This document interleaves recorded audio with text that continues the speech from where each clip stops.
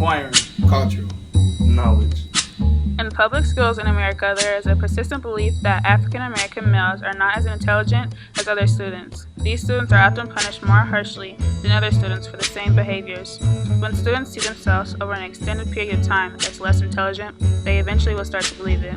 They will internalize those negative feelings about themselves and may become isolated from society. Eventually, this can lead to higher levels of incarceration for African American males. The achievement gap is a word we hear a lot at school. This means that African Americans aren't achieving at the same level as white students. Some ways the achievement gap is measured are test scores, suspensions, and grades in school. Minnesota's achievement gap is one of the largest in the nation, and Minneapolis School District has one of the largest achievement gaps in the state. But what are some of the reasons for African American students to be less successful in school? The answer is complicated. This was not meant for us to be scholars. This system of education was not meant for us to be intelligent folks. This system was set up for us to be and maintained as slaves. I think that this country was set up not for African Americans to achieve academically. So when we look at graduation rates, we look at GPA, we look at attendance, right? We look at test scores. Our black male students are either at the very bottom or next to the bottom when we look at those academic success indicators. And then when we flip it around and look at behavior, referrals, suspensions, possible expulsion or admin transfers, our black males are number one. In 2013, Minneapolis Public Schools suspended or expelled 4,896 students. 3,801 were African American students and 328 were white students. African Americans are nearly 7 times as likely as white students to be pulled from school. Often, schools will punish black students more harshly for the same behaviors as white students. As this keeps happening over the years, it influences the way African American students see their futures, making them more likely to end up in prison because they see themselves and society sees them as criminals. The school-to-prison pipeline is about how the education system is targeting black youth. African Americans are 3.5 times more likely than their white classmates to be suspended or expelled. African American male students make up 32% of youth in juvenile detention centers.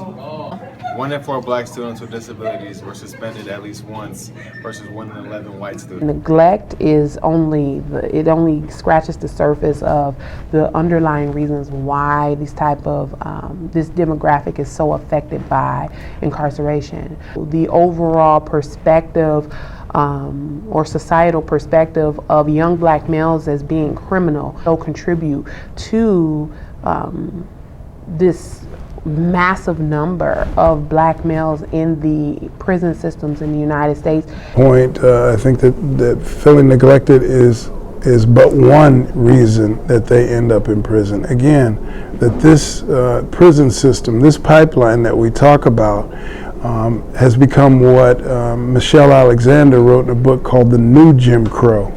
So after slavery, the way that southern states figured to keep blacks in check was to implement Jim Crow laws.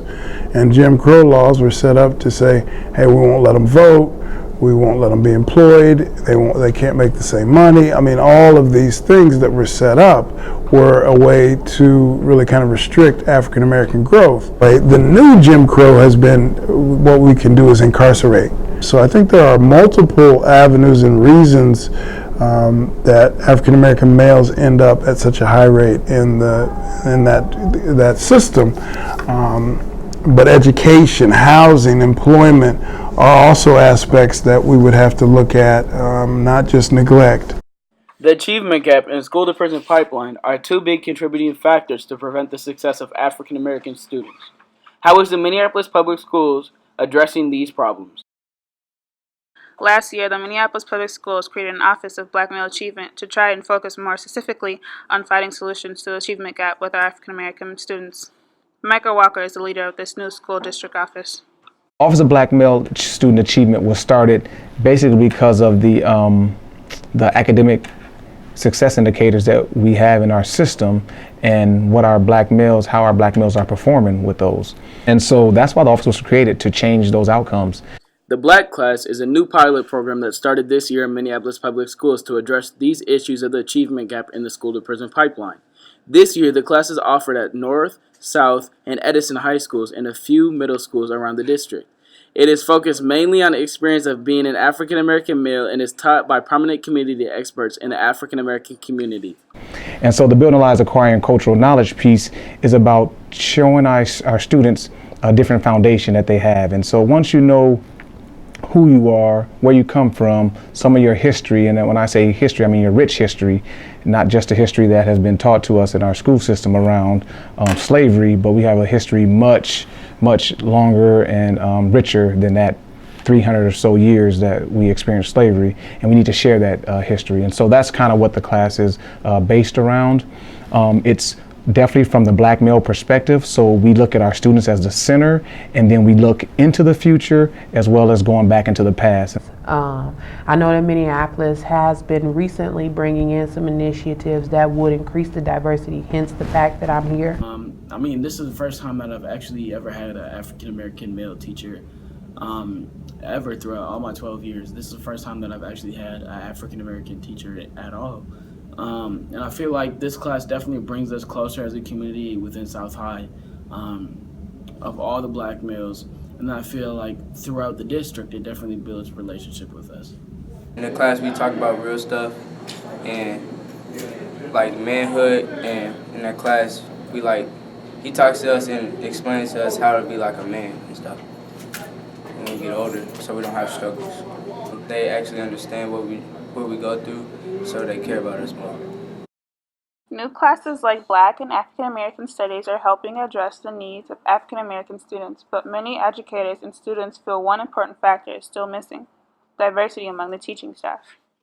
When Brown versus the Board of Education in 1954, the Supreme Court said you can't have segregated schools, you have to integrate. Before that, there were many African American schools with African American teachers doing actually a pretty good job of educating African Americans. But when that system changed, what the American government and school systems did was throw away those African American teachers and then integrate students of color into white schools. You will still see that the majority of the teachers don't look like the African American students. But if we had like a black teacher that actually cared and like understood where we could from, like I feel like most of the black male students actually graduate and have fun in school. Like they just here to teach us, they not really helping us. Like certain teachers really want to help us and make sure we graduate, but half of them don't get inspired to like help the students, or the students don't really come to them to actually need help. Well, obviously African American males gonna care about African American students. All of us got the same, basically all of us got the same struggle, to be honest. But I think black teachers care about black students' education more than white teachers' education. This is a district where the largest majority, the largest demographic are students of color, black and brown students. And therefore, the teaching force needs to mimic the student. So when you ask the question of should there be more diversity, I mean, it makes me chuckle, I giggle on that as much diversity as we can achieve is what we need. I feel like it's a tremendous blessing to be able to be the teacher that I never saw in my classrooms.